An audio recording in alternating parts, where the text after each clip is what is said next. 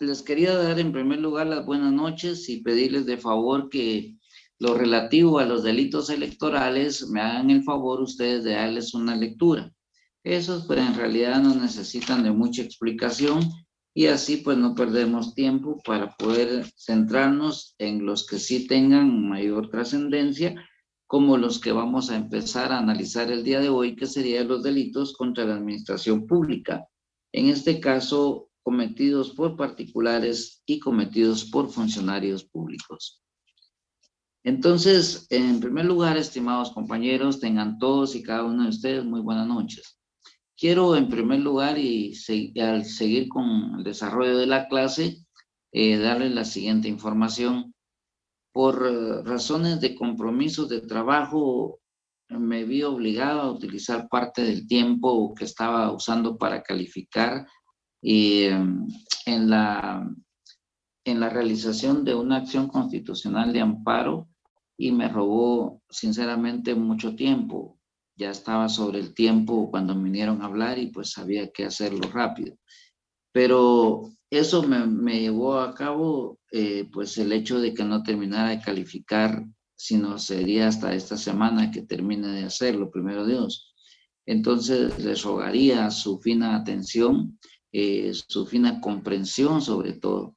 Pero algo de lo que me gusta y les quiero transmitir especialmente es que afortunadamente en lo que he visto hasta el día de hoy en las calificaciones, he visto pues evidentemente de que en la parte teórica les está yendo bastante bien y obviamente pues con la parte práctica se ha reforzado algo en esa mejor nota.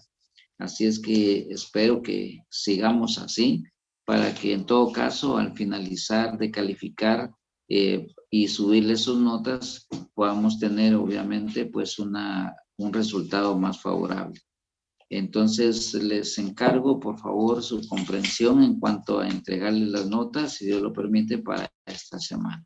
Entonces, y digo esto porque ya viene pues los exámenes, los segundos parciales, ya salió el calendario y obviamente nos vamos a ocupar en todo caso de esas fechas y por supuesto que empieza también el dilema de cuánto habré sacado y pues la inquietud de saber y con toda justa razón de cómo van en sus cursos y obviamente pues el mío no es la excepción.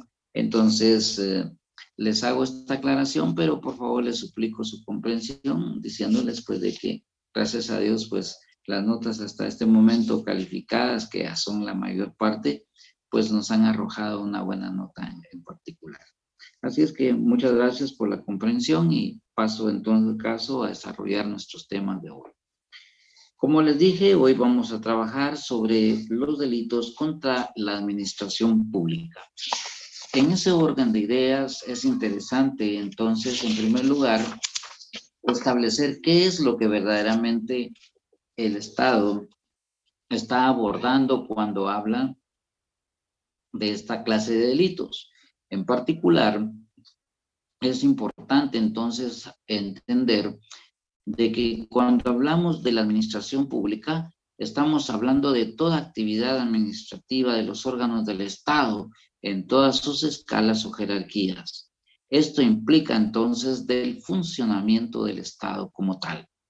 Y por supuesto, el bien jurídico tutelado, el bien jurídico que se protege con la creación de estos delitos, es precisamente la administración pública. Entendiéndonos entonces aquí en particular de que existen dos clases de delitos que el Estado ha creado. Los delitos cometidos por particulares frente al Estado y los delitos cometidos por funcionarios o empleados públicos. Obviamente esto en el ejercicio de sus funciones. De aquí entonces es importante advertir de que vamos a dividir en este caso pues los delitos, en primer lugar, los que cometen los particulares frente al Estado, que serán los que vamos a abordar en esta noche. Es importante advertir cómo estos delitos en términos generales aparecen en diversos códigos penales en América Latina, en Europa, en Asia, en todas partes, porque de alguna manera se regula, pues obviamente, la actividad del Estado y se regula la actitud que asumen los particulares frente al Estado y los propios funcionarios. De aquí entonces que es importante advertir, por ejemplo, algunas actividades que nos tienen a nosotros en velo, como el actuar de los funcionarios frente al erario público, por ejemplo. ¿Cómo es posible que en todo caso hayan funcionarios que se den el lujo, en este caso, de apropiarse del erario público, que en todo caso son las contribuciones suyas y mías, por supuesto, y que en el mejor de los casos son los impuestos que sirven para que el Estado tenga dinero? Y digo esto porque el Estado no produce dinero. Produce dinero el que realiza una actividad comercial, una actividad profesional, quien presta un servicio. Ese produce dinero. El Estado no presta ningún servicio, no produce ninguna actividad comercial ni profesional. El Estado lo que hace en todo caso es recaudar, en este caso, los impuestos que nosotros pagamos en los distintos estamentos en los que nos vemos obligados a tributar. De ahí entonces que es importante advertir que el dinero que tiene el Estado son precisamente las contribuciones mías y suyas en función de los tributos y de los impuestos que nosotros pagamos en el diario vivir. En este orden no importa entonces si nosotros somos pequeños o grandes contribuyentes. Incluso el consumidor final es quien al final de cuentas termina pagando realmente el impuesto final, que es el que en términos concretos es el que termina en las arcas del Estado. De ahí por eso es que es necesario regular, pues obviamente, las actividades de los funcionarios frente al Estado también. En el Código Penal de Brasil, por ejemplo, se denominan crímenes contra la administración pública. Y en ese sentido, pues por supuesto, aquí estamos hablando de delitos contra la administración pública, o sea, vamos dentro de la misma sintonía propiamente. Así entonces nosotros miramos algunas situaciones, por ejemplo, en el Código Penal alemán se habla, por ejemplo, de que la malversación de los caudales públicos deja de ser tipo independiente dentro de los delitos de los funcionarios y pasa a ser una apropiación indebida, para lo cual, dice, no se prevé una agravación típica de la pena si el sujeto es un funcionario. Obviamente, pues estamos hablando de figuras que en términos generales son de carácter universal, pero qué importante es, obviamente, en ese sentido, establecer de que se encuentran debidamente regulados. Vamos a empezar entonces con los delitos que atentan contra la administración pública, contra el Estado, cometidos por particulares.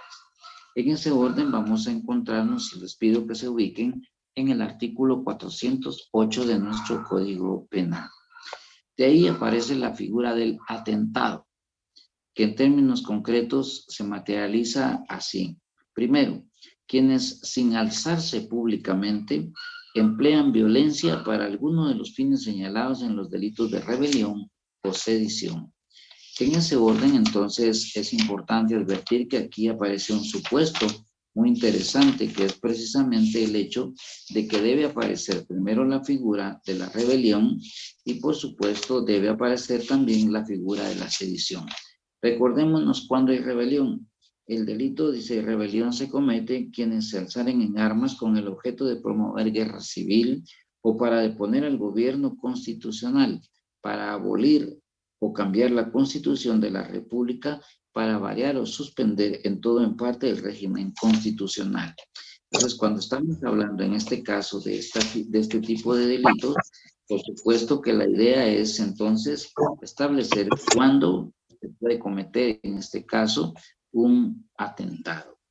Y en el caso del numeral segundo dice quienes acometan a funcionario, a la autoridad o a sus agentes o emplearen violencia contra ellos, cuando se hallaren en ejercicio de sus funciones, cargos o con ocasión o con motivo de ello.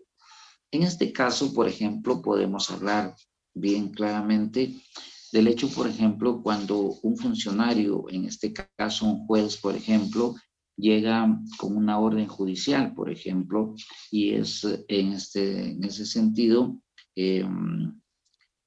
golpeado, por ejemplo, o lesionado. En este caso estamos hablando de que se utilizó la violencia en forma física, en forma material, pero también, por ejemplo, puede utilizarse una violencia psicológica. Cuando al juez, por ejemplo, se le muestran armas o se las portan al cinto para decirle que en todo caso se atenga a lo que le pueda pasar. Entonces, si vemos ahí, obviamente, pues hay una agresión en contra del funcionario, pero por supuesto que es con violencia psicológica. En el caso más común que se da directamente de esta figura es cuando un particular, por ejemplo, dispara contra un agente de la Policía Nacional Civil. Ahí, si ustedes se dan cuenta, si le acierta y consuma el delito, pues estamos hablando de un homicidio, de un típico asesinato. Pero si en este caso no le acierta, en todo caso no podríamos hablar de una tentativa de asesinato o una tentativa de homicidio, sino que estaríamos hablando en este caso de un delito independiente, de un delito autónomo, que sería precisamente la figura del atentado. ¿En qué varía la visión de hacer este tipo de delitos independientes? Bueno, en primer lugar, cuando se hace el atentado, se hace en contra del funcionario o del empleado público. Y por supuesto que al hacerlo no se está haciendo en forma particular, sino se está haciendo en nombre del Estado. Es decir, que los agentes de la policía, en todo caso, al ser miembros de la Fuerza de Seguridad Pública, lo están haciendo en nombre del Estado. Entonces, cuando se dispara contra los agentes de la policía, se está atentando directamente contra el Estado. De ahí entonces la figura autónoma e independiente que el Estado ha considerado como atentado. De esta figura en particular podemos concebir, por ejemplo, en el inciso primero, quienes sin alzarse públicamente, bueno, en este caso, la existencia del delito de rebelión o el delito de sedición, pero debe hacerse a través del uso de la violencia. Y por supuesto que esto implica entonces de poner, por ejemplo, al gobierno institucional, evidentemente con violencia, ¿ya? En todo caso, podría ser una de las formas. Pero en el caso del numeral segundo, estamos ahorita en el 408, que es la figura del atentado, por favor. Luego, en el inciso segundo de esta misma figura, encontramos lo siguiente. Dice, quienes acometan a funcionario, a la autoridad o a sus agentes o emplean violencia contra ellos. De aquí podemos sustraer los elementos tanto materiales como subjetivos. En el caso directamente del inciso segundo, encontramos un hecho de acontecimiento o empleo de violencia. En este caso puede ser física o puede ser moral o psicológica. El hecho de que se realice contra funcionario, ese es el otro supuesto, autoridad o sus agentes, y que en este caso estos agentes se encuentren en el ejercicio de sus funciones. ¿Ya? Entonces, si vemos esos tres supuestos son necesarios. Y por supuesto, el motor que mueve directamente al sujeto activo, que en este caso es el particular, que es la conciencia y voluntad, en este caso de atentar, en este caso, contra una autoridad, contra un agente o contra un funcionario público. Pero sobre todo la voluntad de realizar el acometimiento, en este caso, sabiendo que ello constituye una agresión contra él. En ese orden podemos nosotros ver básicamente que aparece la figura del atentado.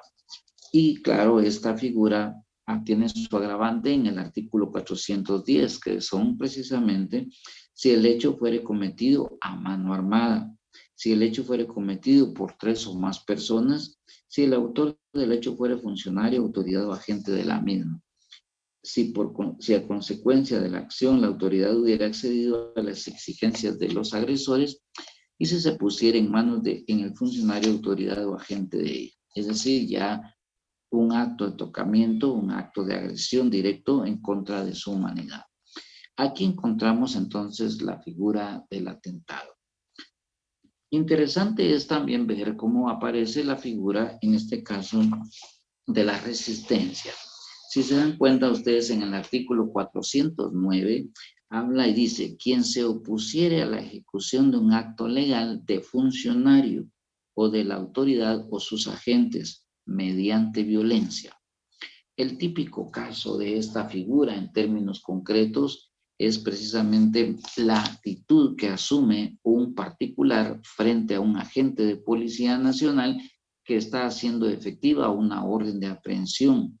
Esa orden de aprehensión, que por supuesto es legal porque es emanada directamente de un juez competente, es legal porque se está dentro de las formalidades de ley y por supuesto que se está haciendo el señalamiento de Juan Pérez de los Palotes, que es el funcionario que es el particular contra el que va dirigido. Pero es precisamente este Juan Pérez de los Palotes el que en un momento determinado utiliza, en este caso, la violencia para resistirse a la acción de los agentes captores. Ahí entonces estamos viendo el típico delito de resistencia. Dentro de este mismo tipo podemos encontrar evidentemente que existen los elementos objetivos y los elementos subjetivos. ¿Cuáles son los elementos objetivos? En este caso, los objetivos forman parte de la materialidad del hecho en las siguientes formas. 1. Oponerse a la ejecución de un acto legítimo de un funcionario o de la autoridad de sus agentes. Oponerse. ¿Ya? 2. Forma parte integrante, en este caso, como elemento subjetivo del tipo, que es la oposición, ¿ya? Que se realice con violencia. Y por supuesto, que alguna autoridad o sus agentes previamente traten de ejercer o de ejercitar alguna actividad propia de sus funciones. Tal actividad debe ser legítima. En ese sentido, es interesante analizar, por ejemplo, lo siguiente. Para los funcionarios o empleados públicos, en este caso los agentes, al cumplimiento de una orden de aprehensión en contra de una persona, miren, por principio, ellos sí están autorizados a realizar o a ejercer sobre el particular cierta y determinada actividad que permita, en este caso, el fiel cumplimiento de su función. Es decir, se le permite una agresión legítima. Cuando el sujeto, oigan, presenta resistencia, entonces ellos están autorizados de antemano para el uso de la violencia, para el uso de métodos violentos, oigan, sin que esto sea el modo de operar para aprender a una persona. ¿Por qué razón? Porque lo normal, lo lógico es que si existe una orden de aprehensión en contra de una persona, al verificar que efectivamente es legal y es contra esa persona, porque puede ser un homónimo, pero en todo caso es legal y es contra ella, pues en todo caso cooperar con las autoridades para poder en todo caso presentarse ante un juez y empezar a valer y hacer valer todos sus derechos y garantías constitucionales. En particular, la contratación, el hecho de ser notificado, que es efectivamente el hecho de saber el motivo de su detención, y el hecho precisamente a la defensa misma. Entonces, ahí, si ustedes se dan cuenta, el mismo ordenamiento está presentando una cadena de acontecimientos que están regulados, que son legales y que pueden realizarse por parte del sujeto, en este caso el particular, pero a cambio de salir del campo de la racionalidad y caer en el campo directamente de la irracionalidad, es cuando se puede presentar el caso de una típica resistencia. Entonces, el agente está permitido de antemano al uso de la agresión legítima. en este caso sería someterlo, en este caso a la fuerza, para poder en todo caso ser detenido y presentado ante un juez competente, el que ha librado la orden de aprehensión. Pero no se le permite por parte del Estado al particular a ejercer un acto violento para oponerse a la ejecución de un acto legal, que en este caso es la orden de aprehensión. Entonces, vemos cómo poco a poco vamos encontrando la diferencia entre lo que es la actitud que debe asumir un particular frente, en este caso, frente al Estado.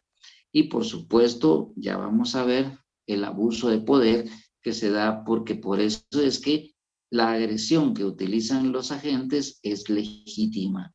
Es decir, llegan ahorita conmigo, me dicen, mire, va a ser detenido, no sé qué, me empiezo a oponer y a empujar a los agentes, y que ellos tienen el derecho por ley de poder sujetarme, de agarrarme fuerte y someterme, si es necesario, tirarme y ponerme la rodilla en la espalda y llevarme los brazos atrás y en todo caso esposarme. ¿Por qué?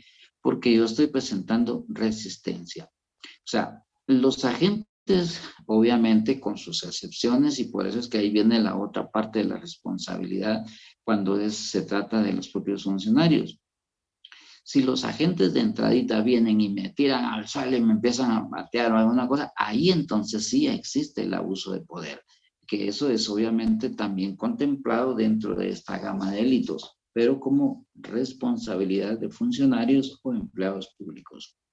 Bien, aquí encontramos entonces la modalidad directamente de la resistencia, que también por supuesto se da en este caso a través evidentemente de las formas agravadas. Bueno, pero interesante es ver cómo funciona también la figura de la desobediencia. Ya vamos a ver ahorita cuando miremos un poquito la responsabilidad de los funcionarios, pero vamos avanzando. La desobediencia. Quien desobedeciere abiertamente una orden de un funcionario, autoridad o agente de autoridad dictada en el ejercicio legítimo de las atribuciones. Bueno, ¿cuándo podemos encontrar una desobediencia? Bueno, el caso típico en este sentido es, por ejemplo, cuando se da las famosas y comúnmente llamadas invasiones a bienes inmuebles. Esas invasiones que se dan a bienes inmuebles son las que técnicamente nosotros conocemos como usurpaciones. Y si se mantienen evidentemente en posesión por más de 3 días, en este caso, se da una usurpación agravada. Bien, pues aquí aparece lo importante.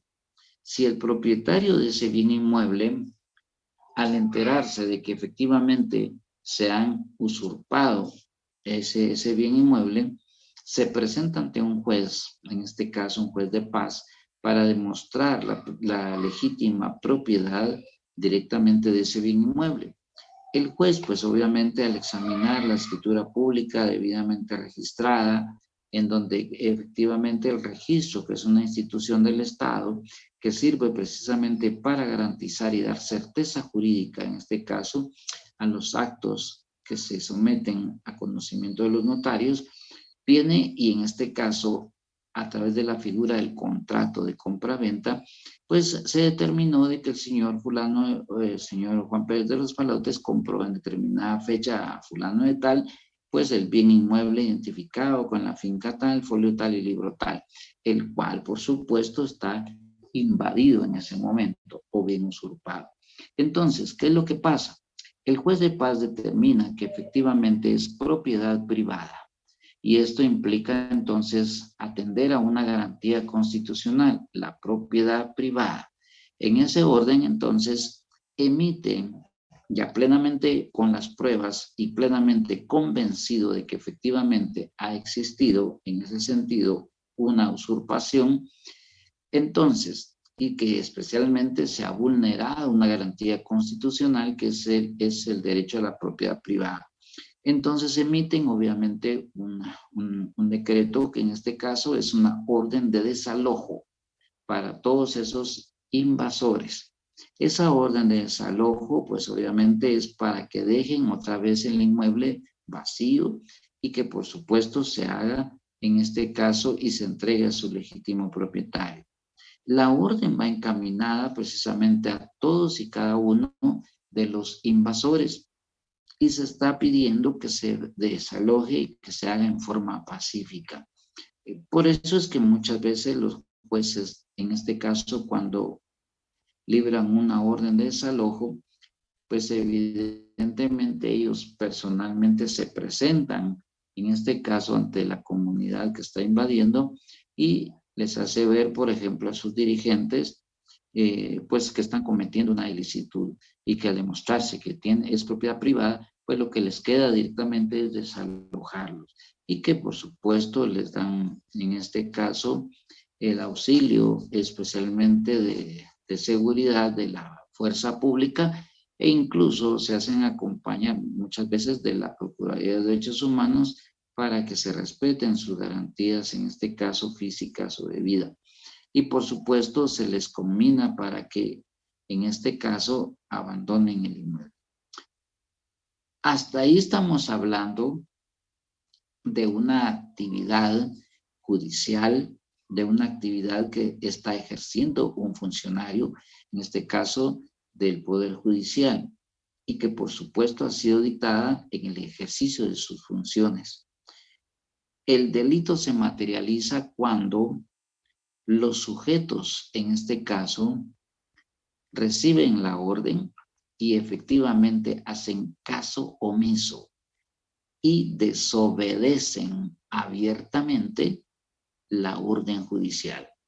Entonces, ahí, si se da cuenta, se hace una desobediencia porque se está desobedeciendo una orden emanada por una autoridad, se hace abiertamente y, por supuesto, se desobedece la legitimidad del funcionario.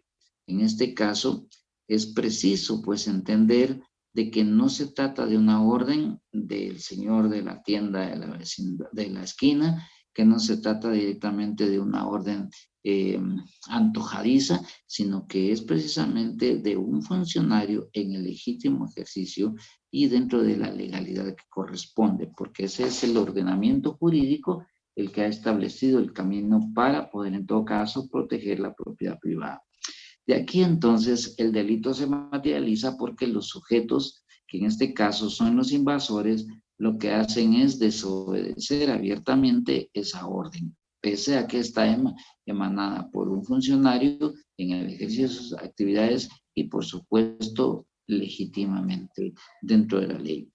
Aquí entonces se da la desobediencia. Ojo, por parte de particulares frente a funcionarios o empleados públicos. En otras palabras, de particulares frente al Estado. Les dije que pusieran atención porque aquí aparece algo interesante. ¿Qué pasaría, por ejemplo, si estos invasores lo hacen, en este caso, oponiéndose con machetes, con pistolas, en contra de esa orden? Estaríamos hablando del delito de desobediencia, pero también estaríamos hablando del delito de resistencia, ¿ya? Acuérdense que la resistencia consiste en oponerse a la ejecución de un acto legal de un funcionario o de la autoridad o sus agentes. Y por supuesto, al hacerlo con machetes, miren, estoy hablando nada más de que los tienen en su poder, ¿ya? Le estoy hablando de que los tienen para que los miren. Ahí hay un acto de violencia psicológica, que es prácticamente una forma de decirle que van a pasar a la acción si en todo caso se atreven. Entonces aquí aparece la desobediencia y la resistencia. Pero miremos más atrás directamente de nuestra figura. ¿Qué pasaría si, por ejemplo, uno de ellos, de los usurpadores, viene por ejemplo, y agrede físicamente al juez. En todo caso, le empiezan a gritar palabras soeces diciendo que es un vendido, de que desgraciadamente no están con la gente pobre, sino que saber ni cuánto le han dado, en este caso, sin entrar en razón directamente de que son cuestiones legales y que quien le asiste el derecho, pues obviamente es el propietario. En este caso, si lo agreden tanto física como verbalmente, entonces estamos hablando ya de una forma de atentado. Que en todo caso, acuérdense que tal y como lo vimos, sí, se hace cometido a mano armada, se agrava. Si se hace por 3 o más personas, se agrava. Y en este caso, si a consecuencia de la acción la autoridad hubiera accedido a las exigencias de los agresores, es decir, que por temor, pues ya no los desaloja. Entonces estamos hablando de que la desobediencia da lugar a la resistencia y la resistencia da lugar al atentado. Entonces estamos hablando de una pluralidad de delitos en concurso ideal. Esto es importante porque esto se asemeja mucho a la pregunta que me hacían al principio. Entonces aquí encontramos la figura de la desobediencia. Luego encontramos en el 415 la figura del desorden público. Comete delito de desorden público, primero, quienes turbaren el orden en la audiencia de un tribunal o en los actos públicos o sesiones de una corporación de cualquier autoridad. Este es el típico caso cuando nosotros entramos, por ejemplo, a un juzgado, a un tribunal, y se está llevando a cabo, se va a llevar a cabo una audiencia. Nosotros generalmente, antes de, entramos a la sala de audiencias y observamos, por ejemplo, unos rotulitos que previamente han puesto en donde dice que se prohíbe el uso de celulares, ¿ya? Y el fundamento legal es precisamente el 415 desorden público del Código Penal. ¿Por qué razón? Porque se está en plena audiencia y de repente empiezan a sonar los teléfonos celulares. Entonces, evidentemente, se está rompiendo el orden de la sala, el orden del juicio y, por supuesto, el orden público. También se puede, en este caso, cometer el delito si se celebran los actos públicos o sesiones de una corporación de cualquier autoridad. Lo que suele pasar muchas veces también, de que hay un descontento en la población porque se le ha subido, por ejemplo, el canon del precio del agua. Y entonces todos sabemos el día y hora que muchas veces sesiona el alcalde y su corporación municipal. Si estando precisamente en pleno acto de sesión, llegamos y nosotros manifestamos, pero ya en forma violenta contra ellos, especialmente para que sepan del descontento por el aumento del canon del agua, entonces estamos hablando de vulnerar el orden público. Y entonces estaríamos cometiendo, evidentemente, este delito. Dice, quienes en lugar público, en cualquier asociación o reunión numerosa, ostentaren lemas, banderas o símbolos que provocan directamente la alteración del orden, ¿ya? ¿Qué pasaría, por ejemplo, si se está haciendo una manifestación, por ejemplo, en este momento, por ejemplo, en favor del Procurador de Derechos Humanos, y llegara un grupo ajeno a esto y diría, no, y empiezan con lemas y con pancartas a provocar, entonces se está cayendo en desorden público, ¿ya? Quienes impidieren, dice, o estorbaren a un funcionario el cumplimiento de un acto inherente a sus funciones. El hecho precisamente de que a un juez no se le acate la orden está hablando de una desobediencia. Si a consecuencia de ello, por ejemplo, se le pone con machete en mano y en todo eso, y se le combina, digamos, con violencia, estamos hablando de la resistencia. Si se le golpea, estamos hablando de un atentado. Pero si simplemente se impide o se estorban a un funcionario el cumplimiento de un acto inherente a sus funciones, estaríamos hablando también de que se le agrega el delito de desorden público. ¿Okay? Hasta aquí nosotros vamos encontrando, evidentemente, pues algunas formas en cómo se manifiesta la conducta de los particulares frente a los funcionarios. ¿Cómo se puede manifestar también este delito? A través del ultraje a los símbolos nacionales. El artículo 416 contempla entonces que quien públicamente ultraje, menosprecie o vilipendee bandera, emblema, escudo o himno nacional. En este caso estamos hablando también de un delito que en todo caso lleva una prisión de 6 meses a 2 años. Si lo vemos entonces hasta aquí, tenemos básicamente estos delitos cometidos por particulares frente al Estado. También se comete el delito de conformidad con el 417 por parte de algunos particulares, cuando se violaren los sellos puestos por la autoridad para asegurar la conservación o la identidad de una cosa. El hecho, por ejemplo, de que en la aduana se coloquen sellos o precintos para conservar, por ejemplo, el traslado de mercadería del puerto hacia las bodegas, etcétera. Si en este caso se rompen esos precintos, ya el hecho de haberlos violado constituye el delito de violación de sellos. Ya no digamos si se extrae la carga, por ejemplo, se altera la carga o con el deseo directamente de alterar, en este caso, la tributación. Entonces, pues, los marchamos de los contenedores, así como dice Rudy, por ejemplo, son precisamente delitos que van dentro de la pluralidad de delitos. Puede ser a través de un concurso ideal de delitos, en donde violando los sellos se puede abrir el furgón, se baje la mercadería y se cambie por otra al menos. O en su defecto pueda realizarse, por ejemplo, la alteración de la clase de mercadería. Entonces aquí encontramos evidentemente el delito que cometen los particulares frente a el Estado, en este caso en materia tributaria. Hasta aquí entonces encontramos nosotros las conductas asumidas por particulares frente al Estado. Y voy a, en este caso, a trastocar tan solo la figura del 418, que es la de los delitos cometidos por funcionarios o empleados públicos. Quiere decir que aquí, esta figura, en todo caso, la voy a trastocar para que se dé cuenta de cómo funciona en doble vía la responsabilidad. Por una parte, la responsabilidad de los particulares frente al Estado y luego la otra vía que es los funcionarios frente a los particulares.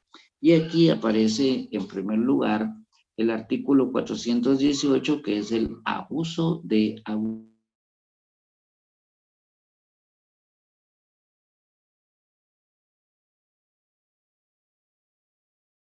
Comete delito de abuso de acto activo del delito es el funcionario o empleado público y el sujeto pasivo lo es en este caso la sociedad o los particulares. Que ahí viene el primer supuesto interesante. Abusando de su cargo o de su función. Ordenar, vean los verbos rectores, ordenar, realizar o permitir cualquier acto arbitrario o ilegal en perjuicio de la administración pública o de terceras personas.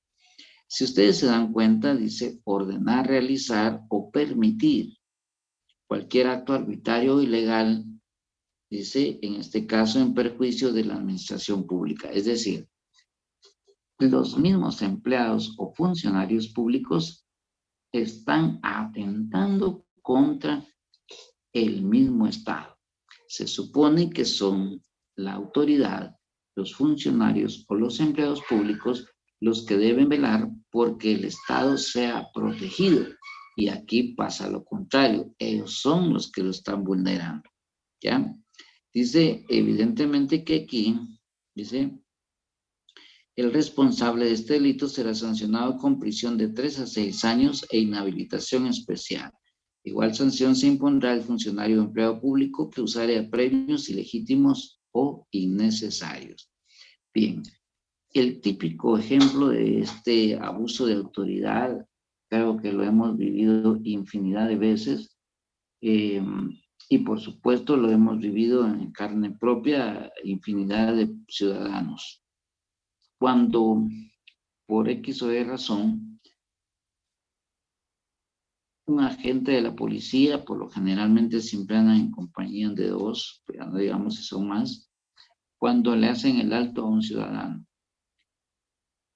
le piden los documentos de identificación y este le responde que lamentablemente no los tiene porque lo asaltaron, se le perdieron, se le deterioraron, porque los dejó entre el pantalón y cuando la señora los lavó, los mojó y los deshizo. Cualquiera que sea la razón, pero no los carga. Entonces vienen los policías y con el afán, en este caso, oigan, pueda pasar del solo hecho de abusar de su autoridad, vengan y lo conminen o lo detengan porque no anda debidamente identificado. Y según ellos, eso es razón suficiente para sospechar de que es un delincuente, ¿ya? Entonces, ahí se está haciendo el abuso de autoridad. Un sujeto, por ejemplo, que anda conduciendo su vehículo, por ejemplo, sin la debida licencia. Le hacen el alto a la policía y al manifestar que no tiene, lo detienen. En todo caso, lo consignan, evidentemente, por no cargar licencia de conducir vehículo. Si lo observamos básicamente ahí, lo que hay es una falta a la ley de tránsito. En todo caso, la sanción sería la imposición de una multa. En todo caso, el decomiso del vehículo para que llegue el propietario, en este caso, a reclamarlo.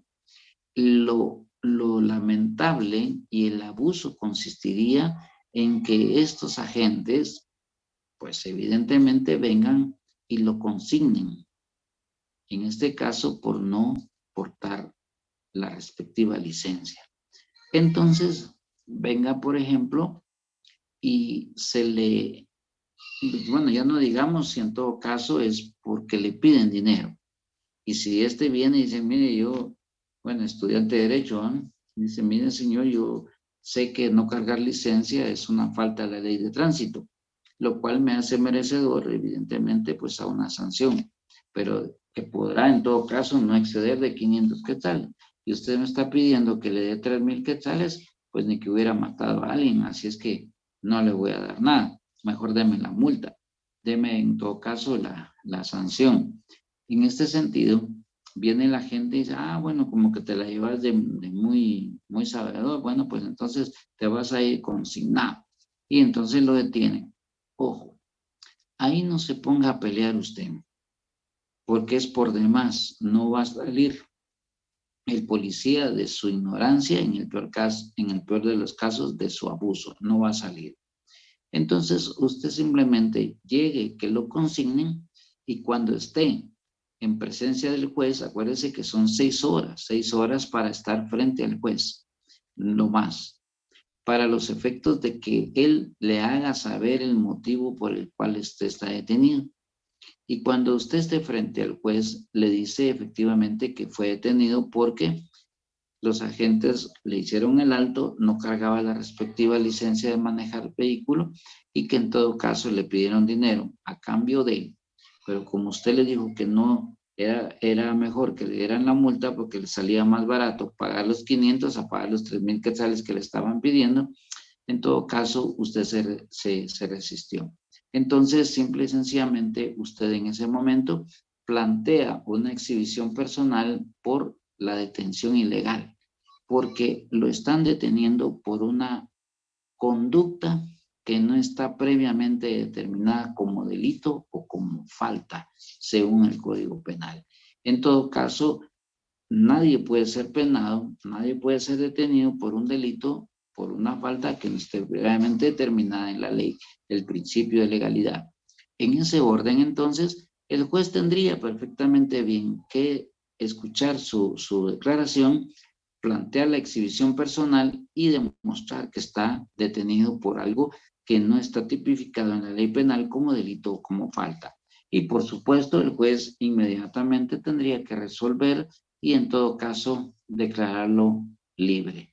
Evidentemente que ante ese abuso, pues obviamente existen los mecanismos legales para que usted, ciudadano, pueda en todo caso reparar ese daño que le están causando.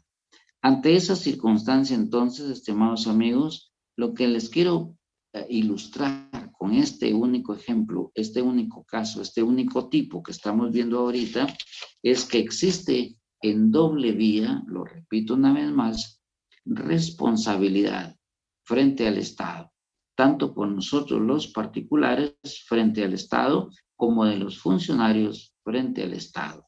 Y bajo cualquier circunstancia, no se puede abusar, en este caso, de ese cargo, no se puede abusar de esa autoridad, porque por principio nadie es superior a la ley. Acuérdense que el principio constitucional de supremacía constitucional dice que ningún funcionario, ninguna ley puede ser superior a la Constitución. Cualquier norma que sea tergiversar, en este caso, o pretender ser superior a la norma constitucional es nula de pleno derecho. Y bajo el principio de legalidad administrativa, ningún funcionario o empleado público puede ser superior a la ley y superior al Estado. Bajo esa circunstancia, entonces, se deriva directamente el abuso de autoridad como responsabilidad penal. Así es entonces de que estamos hablando de una figura que tiene jerarquía constitucional, la supremacía de la ley, la supremacía y la sujeción del funcionario precisamente ante la ley. Ante esa circunstancia, entonces, aparecería evidentemente el abuso de autoridad. Si lo vemos entonces a la luz de lo que contempla nuestra Constitución política, la idea es entender que ningún funcionario o autoridad puede ser superior a la propia Constitución y a la propia ley, salvo evidentemente que tenga que deducirse una responsabilidad penal para el infractor. Así entonces aparece lo que me preguntaban al principio, ¿qué pasa en este caso con los funcionarios o la policía que abusa directamente de su cargo? El caso típico, en este caso, lo más frecuente que hemos visto actualmente es el abuso de los agentes de la policía de tránsito, por ejemplo, que en el peor de los casos cometen abusos en contra de los particulares precisamente por ese abuso del poder que le han dado por la calidad que ostenta, que es ser representante del Estado. Así entonces es que nosotros estamos precisamente entendiendo de que nuestro Código Penal es y recoge precisamente el sentir del Estado mismo. Y precisamente por eso es que crea tipos penales donde hay responsabilidad de los particulares frente al Estado y también está regulando la conducta de sus propios funcionarios o empleados frente a sí mismo. Pero estamos hablando de una conducta que trae como consecuencia no una sanción administrativa, sino la deducción de una responsabilidad penal. Bajo este concepto, entonces, estamos hablando de los delitos que atentan contra la administración pública. Bien, estimados amigos, hasta aquí concluimos nuestra sesión de hoy y por supuesto estoy a sus órdenes si tienen alguna duda, algún comentario o alguna sugerencia que hacer con los temas que hemos visto el día de hoy. Quedan en el uso de la palabra. Buenas noches, Lick. Buenas noches, dime. Una consulta. Digamos, cuando se trata de un empleado público, como lo es, digamos, un policía nacional civil, deja de ser policía al momento de salir de su turno, digamos. Sí.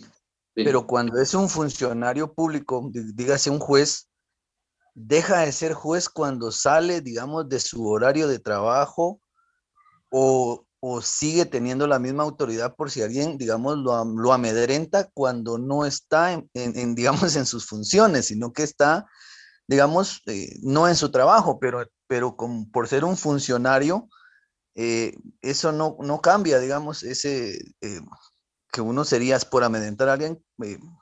que lo acusen por ese delito. Ya, sí. El caso más, emblemático es el caso, por ejemplo, del juez Chitumul, que están ahorita, pues ya le declararon el antejuicio y ya lo separaron del cargo incluso. En ese caso en particular, si lo analizamos a la luz de la cientificidad y especialmente de lo que tenemos en ley, tanto constitucional como en materia ordinaria, podemos decir lo siguiente.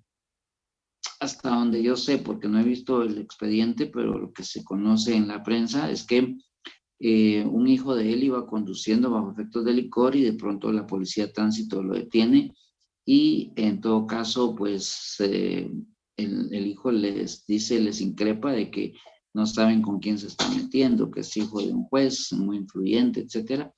Y finalmente llega el señor padre, que en este caso es el juez Chitumul, pero llega fuera de horario y en este caso con lujo de prepotencia dicen que pues les increpó y les dijo que no sabían con quién se estaban metiendo y que en todo caso pues era una persona influyente, etcétera.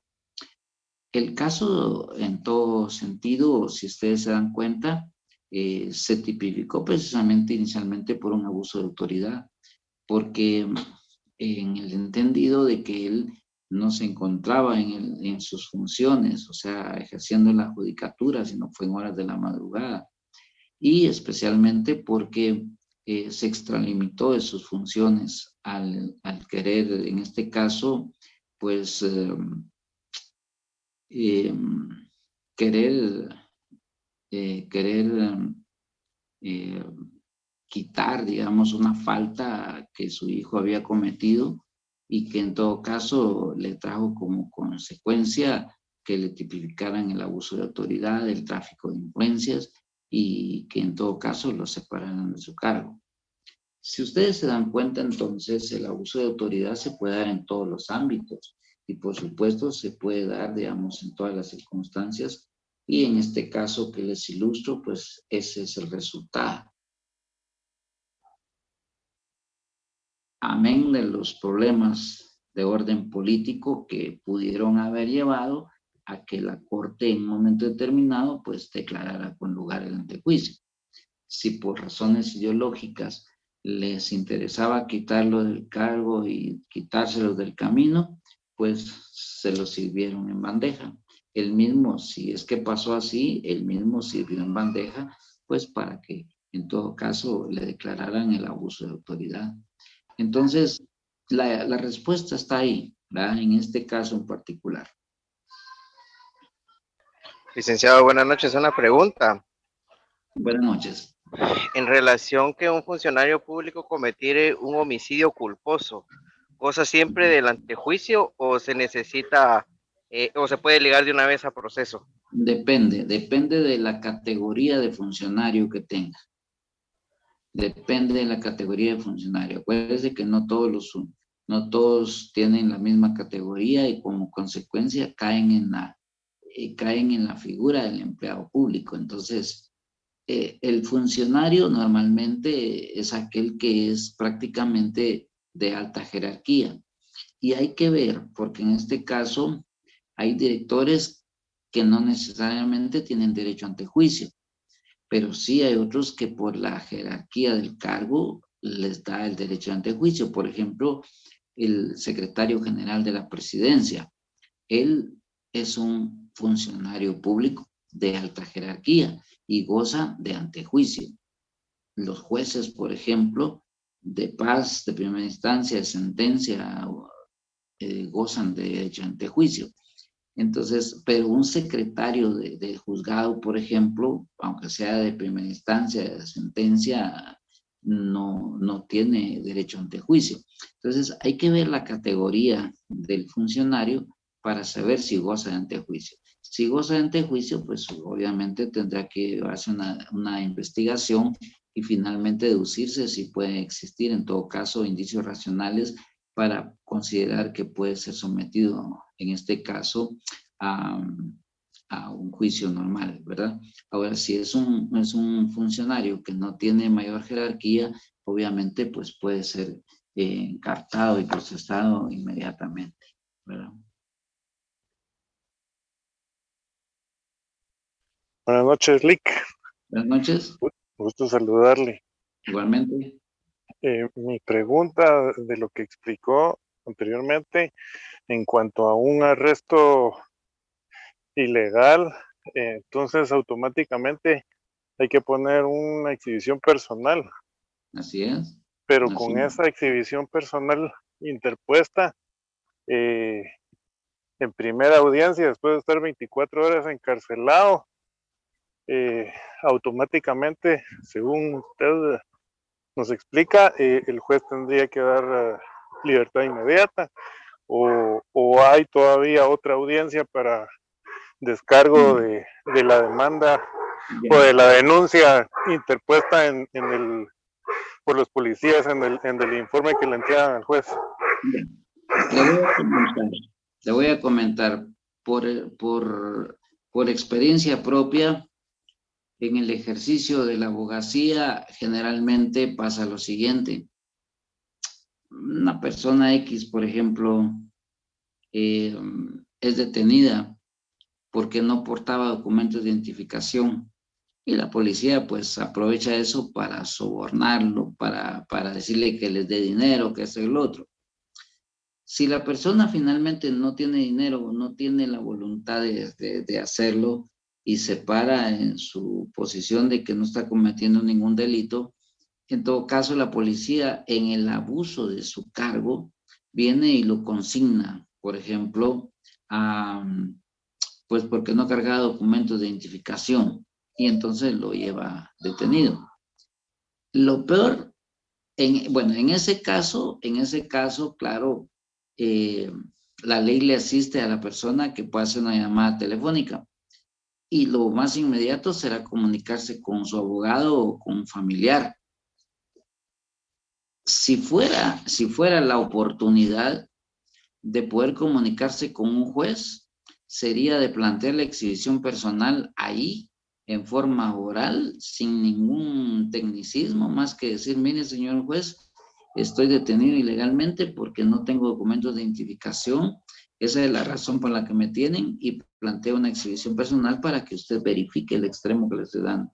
El juez solo con eso tiene que constituirse en la subestación de policía, verificar y si efectivamente es por eso, tendría que decretar en este caso la libertad inmediatamente porque es una detención por algo que no es delito ni que tampoco es falta, ¿verdad? Entonces, y por ejemplo, Milik, que todos sus papeles están en orden y todo, pero como ahí los señores agentes, algunos malos policías le pidieron 2,000 quetzales y como no lo dieron, entonces se le roncó la gana de detener a la persona y llevárselo a torre tribunal.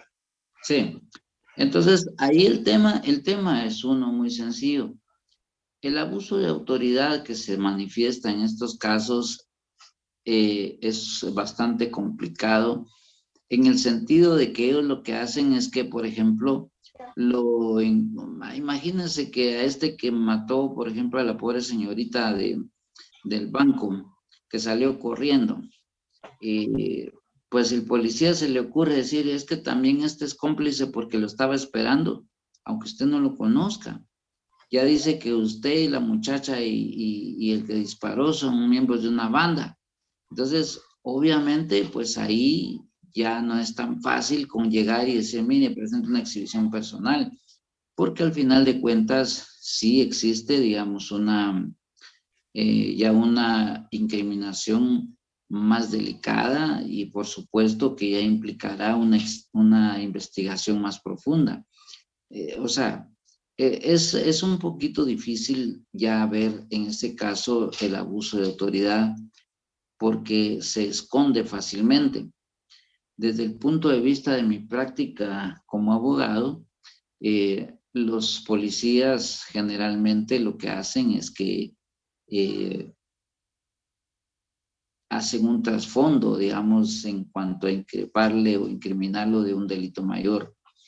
Quizá la forma más fehaciente del abuso de autoridad es lo que hemos visto nosotros, por ejemplo, en los temas que se han dado, por ejemplo, en los Estados Unidos, donde se detiene a una persona por una infracción de tránsito, qué sé yo, y le caen 4, 5, 10 policías y al mismo tiempo le ponen, por ejemplo,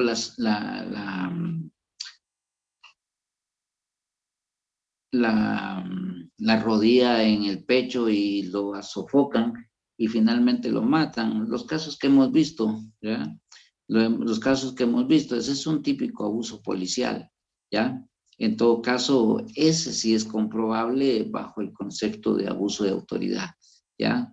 En el caso nuestro, por ejemplo, se han dado casos de esa naturaleza también, pero la mayor parte de veces ese abuso de autoridad que hacen los policías, pues lo hacen bajo la mentira, por supuesto, de increparle a usted un mayor delito, llegando incluso algunos, incluso hasta de meterle, por ejemplo, bolsitas de cocaína o de marihuana, o qué sé yo, increpándole a usted de que usted es vendedor de droga. ¿Me entiende? O sea, el abuso se da. El asunto está en que mientras se averigua, no es tan fácil salir, digamos, de ese abuso. Claro que ante esas circunstancias también se tiene el derecho, en este caso, de contrademandar cuando se termine y se aclare, en este caso, su situación jurídica. Que la gente por lo general no lo haga es otra cosa, porque implique dinero o porque implique tener que ser más agresivo con ellos, pues obviamente, o por miedo, en todo caso. Pero yo le cuento un caso muy especial. A un mi cliente lo detuvieron por una situación tan ridícula. Iban dos en cada moto y los que iban adelante de ellos, al dar la vuelta en una cuadra, se deslizó la llanta porque había un promontorio de arena que los mismos de la municipalidad habían dejado porque estaban componiendo una calle. Y entonces la arena, pues con el aire y con todo eso se regó y cuando ellos dieron la vuelta, pues la llanta pues se resbaló. Los que iban, incluso ya habían pasado del lugar cuando vieron que sus compañeros se cayeron, regresaron en sus motos a ayudar a sus compañeros, a levantarlos. Para mala suerte iba pasando una patrulla de la policía, se paró y les dijo, bueno muchachos, andan bolos. Pero no, ¿qué va a hacer? ¿En qué bolos vamos a andar? Le digo, para que esta babosada la dejaron aquí y nos caímos. Entonces viene uno de los policías y le dijo, ay, encima de eso abusivito. Entonces le dijo, no, le dijo, no es que es la verdad, le dijo. Entonces, no, ustedes andan bolos, así que para arriba la patrulla. En este caso, se los llevaron por eso. Pero en el camino, yendo, pues el muchacho, no cabe duda que iba molesto, pues, por el abuso de lo que lo estaban acusando y les empezó a alegar. Entonces los policías le empezaron a pegar adentro de la patrulla. Y finalmente, ya enojados, se lo quisieron llevar a un lugar apartado y le dijeron, bueno, pues andate corriendo, pues vamos a ver. Y el muchacho, al mirar que fue en un lugar despoblado y nocturno, pues lo que primero pensó, estos me van a aplicar la ley fuga, ¿va? Van a decir que yo me fui huyendo y me disparan por la espalda. Entonces, lo que hizo fue aferrarse a la patrulla adentro y no lo sacaron. A todo eso, los demás compañeros ya que vieron todo, dieron aviso a las familiares y los familiares ya pues nos contactaron a nosotros para apoyarlos legalmente y empezamos a seguir la patrulla por todos lados hasta que los policías se dieron cuenta de que era materialmente imposible poder matar o herir, que se iba al muchacho y se lo llevaron a la estación de policía. Cuando llegaron a la estación de policía, lo que dijeron es que andaba bolo. Entonces lo mandaron inmediatamente al INACIF para hacer la prueba de alcoholemia y nos fuimos en la patrulla, iba pero voladísima y nosotros íbamos atrás con las familiares porque temíamos de que en el camino lo bajaran y lo mataran, pues, o que dijeran que él se quiso tirar de la patrulla y todo. Tanto así que fue una persecución bastante arriesgada, pero logramos llegar en el mismo momento al INACIF o sea, no nos le desprendimos a la patrulla para ningún momento.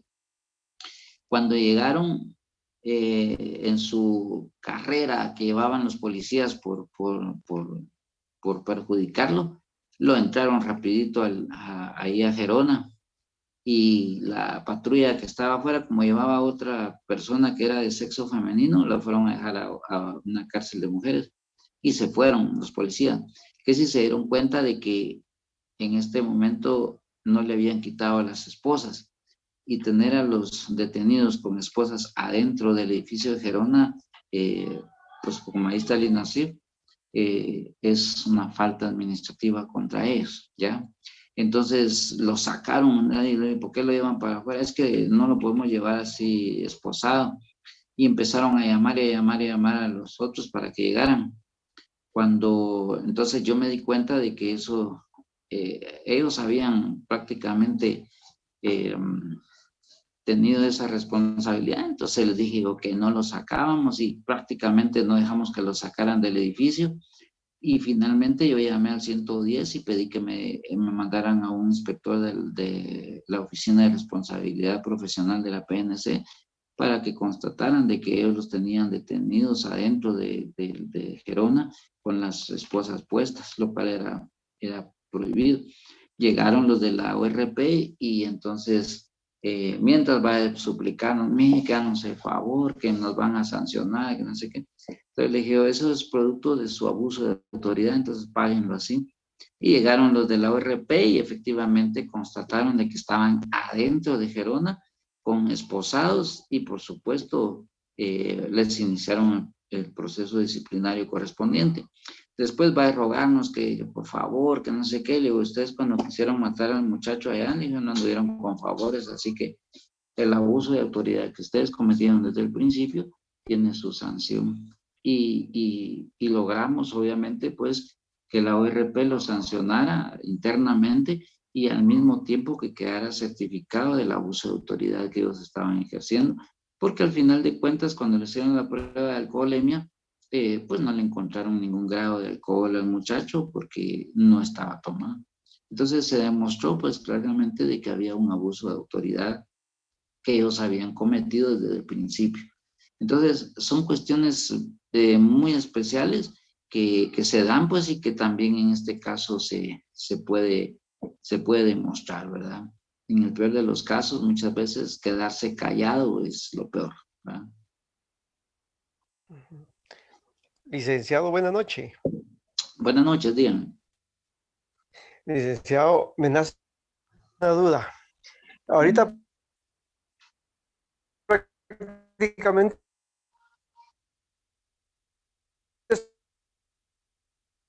está...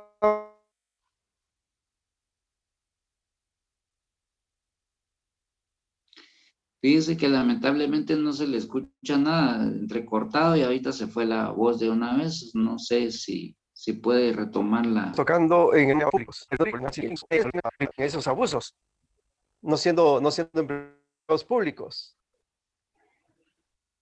Fíjese que no le entendí nada de la pregunta porque se le No, hombre, entrecortó. sí, perdón, Lick. Es que mi duda es, ¿Mm? estábamos hablando de los empleados públicos, ¿verdad? Sí, así es. Ajá. En este caso, la Policía Nacional Civil. Pero también las policía privada y la policía municipales de tránsito también cometen abusos de autoridad. Ujú. Se podría tipificar también casi como el abuso del empleado público. Mire, en el caso de las empresas de seguridad, acuérdese que ellos no entran en el estatus de funcionarios o empleados públicos. Entonces ellos tendrían otro tratamiento, Ajá, ¿verdad? En el caso así de la es. policía, en el caso Es de la policía, diferente. en el caso de la policía de tránsito, sí, porque ellos, aunque sea una autoridad, es autoridad municipal y siempre es parte del Estado. Es con ellos sí se puede accionar Ajá. directamente. Ajá. Bueno, esa era la duda que yo tenía, licenciado, porque ya veo que ellos también cometen bastantes abusos, Sí, ¿verdad? claro. Yo tuve una experiencia en un centro comercial en una ocasión que Ajá. estaba yo sentado cerca de un restaurante y llegó Ujú. el policía a quitarme de ahí y yo le dije que por qué me quitaba, si no solo era yo el que estaba ahí, sino que y te caías y me empezó a decir un montón de cosas. Mira, le dije, Sí. mejor cállate porque no sabes cuáles son mis derechos. Yo sí se lo dije así al policía de Estuvo seguridad bien, privada, ¿verdad? estuvo bien. Pero ellos luego empiezan a tocarse la cintura, porque como en la cintura, pues tienen lo que Bueno, los ahí está el hace verbo. tener un poquito Ujú. más de poder que los demás, ¿verdad? Y ahí ya Sí, es otro abuso, porque ya es una especie de amenaza, ¿verdad? Por claro. eso me llegó duda y muchas gracias por aclararlo, Alex. Ok, ahí estamos a la orden. Va. Muchas Profesor, gracias, buenas Alex. noches. Bueno. Solo quería hacer una consulta con respecto a lo examen. Me imagino que el último tema a tocar, que fue el día de hoy, va a ingresar en el examen. Entonces, quisiera que me comentara eso, si es así, y la otra, si vamos a tener oportunidad que nos brinde usted apoyo como la última vez, con algún cuestionario o algo, ¿verdad? Para poder entrar en contexto. Muchas Ya. gracias. Sí, el tema, digamos, de que hasta aquí llegue el examen, no es así. Vamos a terminar todos los delitos que atendan que cometen los funcionarios públicos y posiblemente ahí sí, o sea, los delitos contra la administración pública que cometen los particulares y los funcionarios públicos. Hasta ahí tal vez creo yo que sí. Ya dejando los delitos contra la administración de justicia y las faltas para el examen final. Pero ahorita tendríamos que terminar los delitos que atendan y que cometen los funcionarios o empleados públicos. Por eso es que cuando empiecen los exámenes, si todavía tenemos temas pendientes, los vamos a hacer.